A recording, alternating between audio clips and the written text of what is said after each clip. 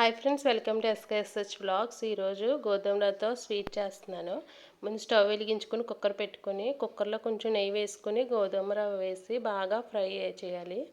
Fry అయిన తర్వాత ఒక కప్పుకి 2 కప్పులు వాటర్ పోసుకొని కుక్కర్ మూత పెట్టి ఒక 4 విజిల్స్ వచ్చే వరకు ఈ రవ్వని బాగా ఉడికించాలి. గోధుమ రవ్వ కొంచెం గట్టిగా ఉంటుంది కాబట్టి 4 విజిల్స్ రానివ్వండి. తర్వాత ఒక వేరే ప్యాన్ పెట్టుకొని అందులో కొంచెం నెయ్యి వేసి జీడిపప్పు వేసుకొని బాగా ఫ్రై చేసుకొని పక్కన ఉంచండి. కుక్కర్ కూడా విజిల్స్ వచ్చేస్తుంది.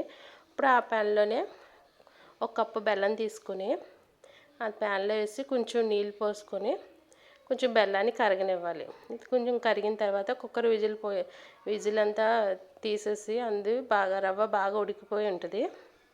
ఆ రవ్వని తీసుకొచ్చి ఈ బెల్లం దాంట్లో వేసి బాగా ఉడికించాలి. బెల్లం ఏం పాకం రావనవసరం లేదు, కొంచెం కరిగితే సరిపోద్ది. ఈ రెండు మిక్స్ చేసి బాగా ఉడకనివ్వాలి.